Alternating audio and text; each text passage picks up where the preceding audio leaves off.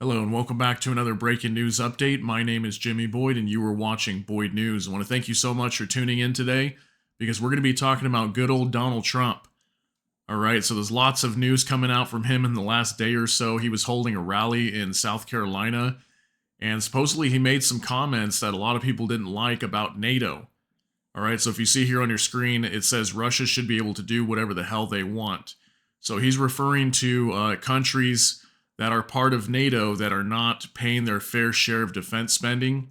I think the target spending is right around 2% of GDP for each country, and there's many countries that within NATO that are not paying their fair share.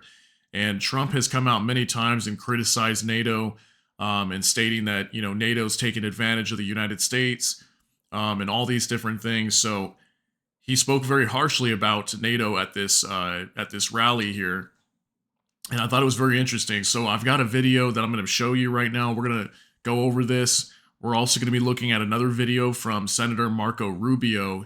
He's a senator from Florida. He made some comments as well about Trump making this statement about NATO. And then we'll also go over an article that talks about Jens Stoltenberg, the chief of NATO. He basically condemned Trump's remarks here. And we'll see what he had to say, but we'll go over that in just a minute. But let's take a look at this video. It's just like a short, 1-minute clip of him talking here at this rally. So let's take a look. Same thing with NATO. I got them to pay up. NATO was busted until I came along. I said, everybody's going to pay. They said, well, if we don't pay, are you still going to protect us? I said, absolutely not. They couldn't believe the answer. And everybody, you never saw more money pour in to Secretary General Stoltenberg.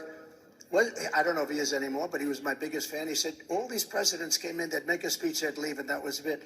And they all owed money, and they wouldn't pay it. I came in, I made a speech, and I said, you got to pay up. They asked me that question. One of the presidents of a big country stood up and said, well, sir, if we don't pay and we're attacked by Russia, will you protect us? I said, you didn't pay? You're delinquent? He said, yes, let's say that happened. No, I would not protect you. In fact, I would encourage them to do whatever the hell they want. You got to pay. You got to pay your bills. Same thing with NATO. I got them. All right, so I could see there where a lot of people would not be happy with what he said. So yeah, if you're listening to what he said there, he's basically saying that the United States would not come to the aid of this particular country. He didn't say which country it was. But he told a particular country that he would not come to their aid if they were attacked by Russia, only because they are not committing to their 2% or more target of defense spending towards NATO. Okay, so obviously a very harsh comment for him to make, but at the same time, I kind of understand where he's coming from. If this is going to be an alliance and everybody's going to agree to put in their fair share to earn the protection of other countries, especially when the bigger countries are putting in their share and then the smaller ones are not, I feel like everybody should equally put in their fair share. Like it's just like as if you go to pay for something. You go to pay for, a extra warranty on a TV that you bought. You can't just pay half of the warranty and expect to get the full coverage. You need to pay the full warranty to get the full coverage. So I kind of see where he's going at here. But obviously this is a very controversial thing and I understand. So people are going to have mixed comments and some people don't like Trump, some people do. So I'm kind of just going off of what he's saying there. So I kind of see what he's talking about. So let's talk about this too. So this is a video of Senator Marco Rubio from Florida. So he's on CNN on the State of the Union and let's see what he has to say here, okay? You've endorsed Donald Trump. Are you comfortable with him suggesting that he wouldn't defend NATO countries and actually he would invite Putin and Russia to invade them? Well, that's not what happened, and that's not how I view that statement. I mean, he was talking about a story that he talked about happened in the past. By the way, Donald Trump was president, and he didn't pull us out of NATO. In fact, American troops were stationed throughout Europe, as they are today. They were then as well. But he's telling a story, and frankly, look, Donald Trump is not a member of the Council of Foreign Relations. He doesn't talk like a traditional politician.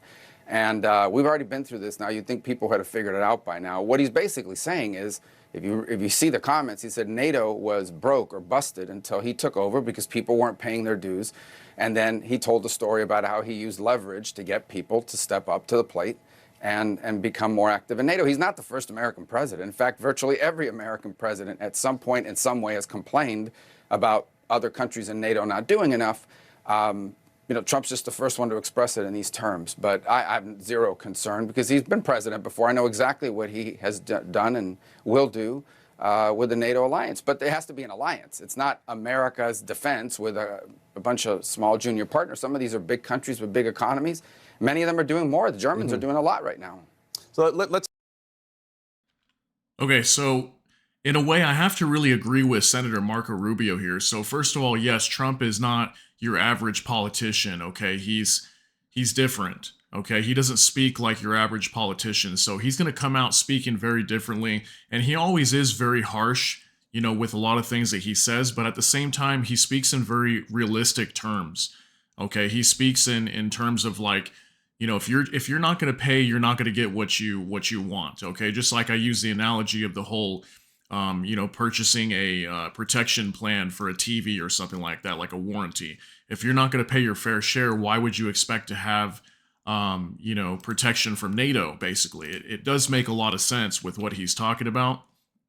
But the whole part of him basically saying that Russia should be able to do whatever they want, I think what he's really doing there, Trump that is he really is doing what Marco Rubio is saying, that he's utilizing leverage, okay? And then you also have to remember that Trump is also a businessman, so he thinks a lot differently than many of these politicians as well. So he may use different tactics to push these countries of NATO that are not putting in their fair share to, increase their spending, which is why you see in the video there that I showed you when Trump was talking at the rally that it increased the amount of funding for these countries. It made them put more money in because it scared them basically.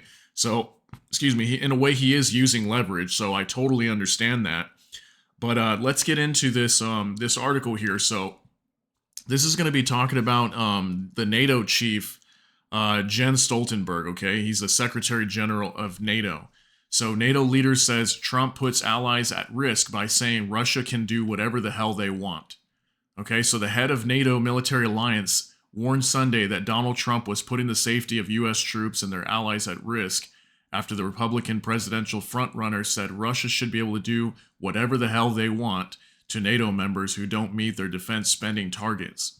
Any suggestion that allies will not defend each other undermines all of our security, including that of the U.S., and puts American and European soldiers at increased risk, NATO's Secretary General Jens Stoltenberg said in a statement. So I do understand what he's saying here, and I don't completely agree with Trump saying, that he should basically encourage Russia to just do whatever he wants to, whatever Putin wants to another country, especially when it is part of a NATO. Like, that is the commitment there. If they're not paying their fair share, I think maybe something else should be done. Like maybe start talking about either not having them part of NATO, or maybe do something to encourage them more to put their fair share in versus just encouraging another country like Russia to just attack and do whatever they want, right?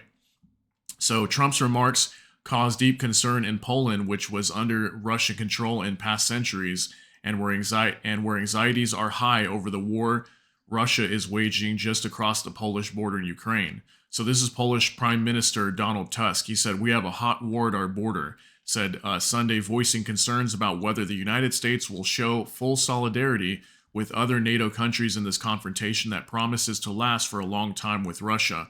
"We must realize that the EU cannot be an economic and civilizational giant and a dwarf when it comes to defense, because the world has changed," he argued in a town hall speech marking the start of his party's campaign for local elections this spring. In 2014, NATO allies pledged to move toward spending of 2% of GDP on defense by 2024. According to NATO estimates in early 2023, 10 of its 30 members at the time were close to or above 2%, the 2% mark, while 13 were spending 1.5% or less. No country is in debt to any other or to NATO. In a statement, Trump's senior advisor Jason Miller said that Trump would be able to more effectively force allies to increase their NATO spending compared to President Joe Biden.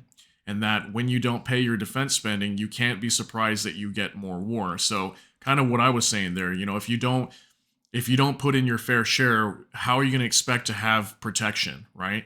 So Stoltenberg said that he expects that regardless of who wins the presidential election, the U.S. will remain strong and committed NATO ally.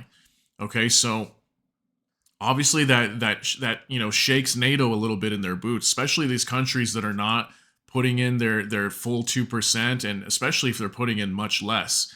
Okay, I'm sure it's worrying them, and I'm sure it's worrying Secretary General Jens Stoltenberg a little bit too, because Trump, has come out a lot in the past and talked about potentially pulling the U.S. out of NATO. So if that ever were to happen, that would put major strain on all these countries that are not putting in their fair share basically, and who knows, NATO might even fall apart at that point. I'm sure the U.S. is like the backbone of NATO, so pretty big deal what's going on there. So yeah, definitely NATO seems to be worried about that. And we'll have to see what Trump does when we get into office. But generally speaking, I will say, at least what I observed with Trump, he is very open with a lot of things, like his policies, the way he thinks. He's not the type of person to really keep things to himself. He will always open up and speak exactly how he feels, and he's the type of person to put his foot down all the time. So you can't really blame him for that. All right, so real quick too, I want to show you this. So this is like a map of the different countries that are part of NATO and their spending, their defense spending. So the countries that are in blue here, like the dark blue, are countries that are they're spending 2% or more of their GDP. And it does say here purple is 3%. I'm not sure which ones are purple. I don't think it's these. These look like a light blue. But apparently there's some that are spending 3% or more. Okay, but look at this here. Orange, 1% or more of GDP, okay? And there's apparently 18 countries. Look at all these countries, okay? There's Canada, obviously, which is kind of surprising. I would expect them to put in more. But look at all these countries over here in Europe, okay? So probably one of these orange countries were the ones that he was referring to.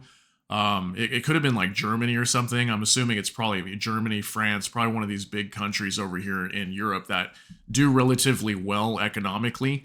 Maybe not so much right now because there's, we're in rough economic times. But at that point, when he was talking to that country regarding that NATO comment that he made at the rally, maybe at the time that country was doing a lot better.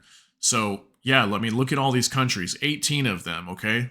1% or less. So there's a large portion of them that are not hitting their targets, okay, of 2% spending. So, we have the US obviously putting in their part, right?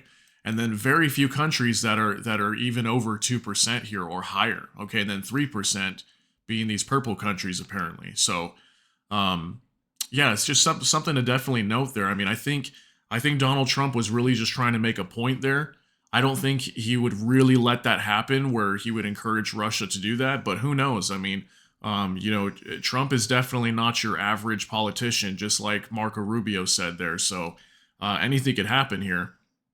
But I thought I'd bring this to your attention because I thought it was very interesting, and it's kind of funny at the same time because the media is just, their eyes are just burning from seeing this. So I thought it was kind of funny. But yeah, I thought I'd just let you know what's going on here. But, there's a huge chance that Donald Trump could be taking the presidency here in November. We'll have to see whenever that time comes and whoever gets picked here for president. But either way, things are they're really getting crazy here in the world. And it gets crazier and crazier every day.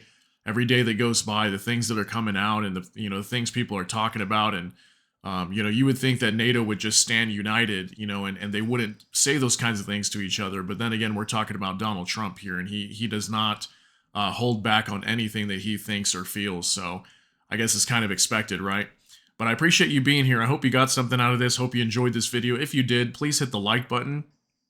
And if you enjoy my content, hit the subscribe button and also the notification bell. That way YouTube can notify you as soon as a new video is live. So I appreciate you being here. Hope you all have a great day.